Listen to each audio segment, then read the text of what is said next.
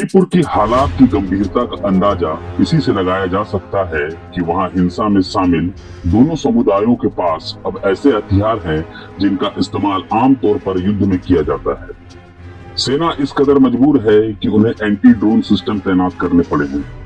पहाड़ों और घाटियों में लोगों ने बंकर बनाकर रखे हैं।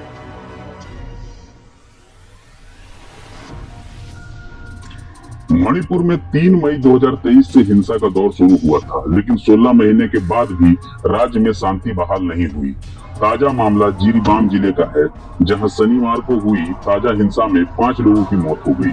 ऐसे में सवाल उठता है कि आखिर 16 महीने बाद भी इस राज्य में हिंसा क्यों नहीं थम रही है। वैसे तो मणिपुर में पिछले साल मई से ही हालात तनावपूर्ण हैं, लेकिन पिछले कुछ महीनों से स्थिति थोड़ी नियंत्रण में थी। लेकिन अब हवाई बमबारी, आरपीजी और अत्याधुनिक हथियारों के लिए ड्रोन के इस्तेमाल के बाद हालात और खराब हो गए हैं। ताजा हमले के बाद तलाशी में पुलिस को 7.62 मिनी स्नाइपर राइफल, पिस्तौल, improvised long range mortar, improvised short range mortar, grenade, hand grenade समेत तमाम आधुनिक हथियार मिले हैं। वहीं मणिपुर अखंडता समन्वयता समिति ने एक कड़ा अल्टीमेटम जारी किया है, जिसमें मणिपुर में चल रहे संकट का हल करने के लिए भारतीय सशस्त्र बलों से तत्काल निर्णायक कार्रवाई करने की मांग की गई है। समिति ने स्थिति से निपटने के लिए बलों को 5 दिन की समय सीमा तय की है, जिसमें चेतावनी दी गई है कि कार्रवाई न करने पर लोगों को अपनी आबादी की सुरक्षा के लिए कठोर कदम उठाने पड़ेंगे।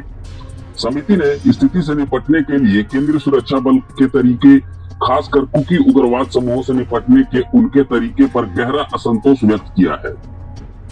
अपने अल्टीमेटम में COCOMI ने या तो इन उग्रवादी समूहों पर कड़ी कार्रवाई करने या मणिपुर से केंद्रीय बलों को वापस बुलाने का आह्वान किया है। सबसे अहम सवाल है कि आखिर मणिपुर में हिंसा थम क्यों नहीं रही है। इसके कई कारण हैं। आसान भाषा में समझे तो ये पूरी लड़ाई 2 जातीय समूह कुकी और मैतेई के बीच की है। ज्यादातर मैतेई समुदाय के लोग घाटी में रहते हैं और वहीं कुकी समुदाय के लोग पहाड़ों पर रहते हैं। हिंसा के बाद तो इन दोनों समुदायों का एक दूसरे के स्थानों पर जाना बिल्कुल बंद सा है। यही अलगाव हिंसा न थमने का एक बड़ा कारण भी है। दोनों की अलग अलग लोकेशन होने के चलते पूरा इलाका एक सरहद में बदल गया है। रिपोर्ट के अनुसार दोनों ने अपने सेफ बंकर बना लिए हैं। भारी मात्रा में हथियार दोनों के पास मौजूद है, जिससे जब मौका मिलता है तब वो एक दूसरे पर हमला करते हैं और फिर बंकर में छिप जाते हैं। घाटी और पहाड़ी होने के चलते उन्हें रोक पाना मुश्किल है।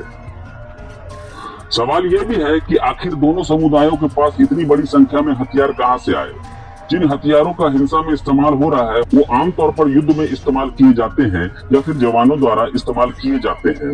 दरअसल मणिपुर में तैनात सेना के जवानों समेत कई थानों में पिछले कई दिनों से हथियार की लूट की खबर सामने आई थी। अधिकारियों ने कहा था कि भारी मात्रा में आधुनिक हथियारों की लूट हुई है।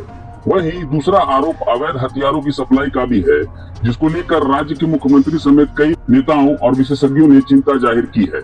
आरोप है कि पड़ोसी देशों से मणिपुर में अवैध हथियारों की सप्लाई हो रही है, जिससे हिंसा भड़क रही है। हिंसा को रोकने के लिए मणिपुर में सैनिकों, अर्धसैनिकों और पुलिस बल की तैनाती हजारों की संख्या में है, लेकिन वो भी इस हिंसा को रोकने में बेबस दिख रहे हैं। इसका कारण आपसी समन्वय की कमी कहा जा सकता है। मणिपुर के मुख्यमंत्री एन बीरेन सिंह जहां एक और विपक्ष के निशाने पर हैं, वहीं उन पर पक्षपात के आरोप लगते रहे हैं। दरअसल मुख्यमंत्री एन बीरेन सिंह मैतेई समुदाय से आते हैं। मैतेई सियासी रूप से भी मणिपुर में प्रभावशाली है। ऐसे में आरोप लगते रहे हैं कि बीरेन सिंह मैतेई समुदाय के लोगों के प्रति सॉफ्ट कॉर्नर रखते हैं। पिछले दिनों हिंसा में कई बीजेपी नेताओं को भी निशाना बनाया गया था। ताजा हिंसा मामले में भी सीएम बीरेन सिंह पर आरोप लगे। कहा गया कि उनका कथित ऑडियो लीक होने के बाद हिंसा भड़की है। इस कथित वायरल ऑडियो में सीएम बीरेन सिंह की हिंसा में संलिप्तता की बातें थी। पिछले साल 3 मई को मैतेई समुदाय की अनुसूचित जनजाति दर्जे की मांग के विरोध में पहाड़ी जिलों में आयोजित आदिवासी एकजुटता मार्च के बाद भड़की जातीय हिंसा के बाद से मणिपुर में अब तक 200 से अधिक लोगों के मारे जाने की सूचना है। मणिपुर की आबादी में मैतेई लोगों की संख्या लगभग 53% है और वे ज्यादातर इम्फाल घाटी में रहते हैं। जबकि आदिवासी, जिनमें नागा और कुकी शामिल हैं, 40% हैं और मुख्य रूप से पहाड़ी जिलों में रहते हैं। बता दें कि इस हिंसा के चलते हजारों की संख्या में लोग राहत शिविरों में रहने को मजबूर हैं। इस खबर में बस इतना ही। डीवी न्यूज नेटवर्क खबरों को देखने का एक नया नजरिया है। युवा पत्रकारों की कोशिश है और सच्ची पत्रकारिता का संकल्प है। हमारे चैनल को सब्सक्राइब कर अपना सहयोग दें। शुक्रिया। आपका दिन शुभ हो।